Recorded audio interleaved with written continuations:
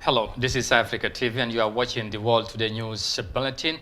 I am Amadou Kante. Many thanks for joining us, and now the news in detail.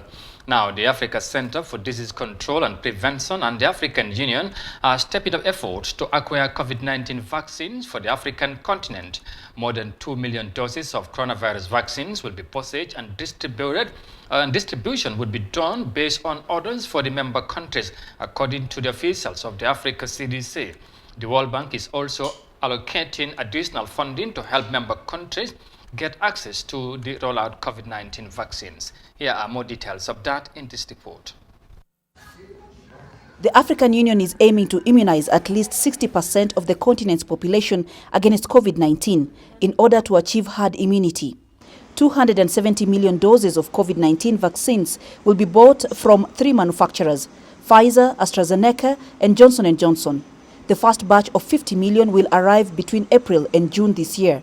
Countries should now take on this. At least the ball is in the camp of the countries to engage and start placing their orders, okay, so that we can actually know the volumes that have been pre-ordered, and then the Afreximbank can engage with this, the manufacturers, and do the payments. Afreximbank will make an advance commitment of up to $2 billion to the manufacturers on behalf of the countries. Individual countries will then agree with Afreximbank on how to pay back for what they have ordered, either through their own resources or through a payment facility that will have them spread out installments over 5 years. The World Bank is also offering about $5 billion either for countries to buy more vaccines or pay for delivery of vaccines committed by Afreximbank. The Africa CDC says this should help countries prepare for vaccine rollout. Especially also given that the World Bank is talking to countries and making available resources to be used for vaccination and not just procurement of vaccines.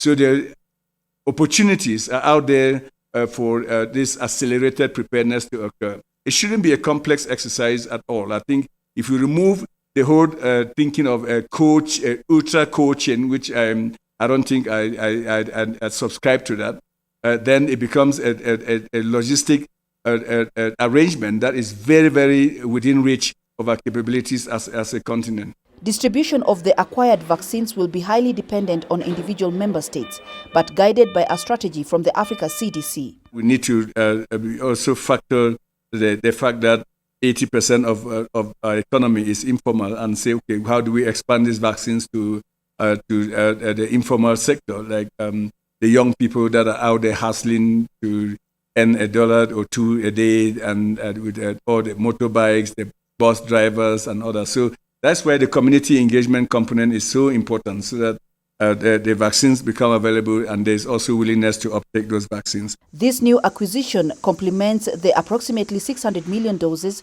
the continent will receive from the COVAX facility. The global scheme aims to immunize 20% of the continent's population. And while Africa has not yet secured enough vaccine supply to cover its 60% immunization target, the journey towards mass inoculation is getting underway.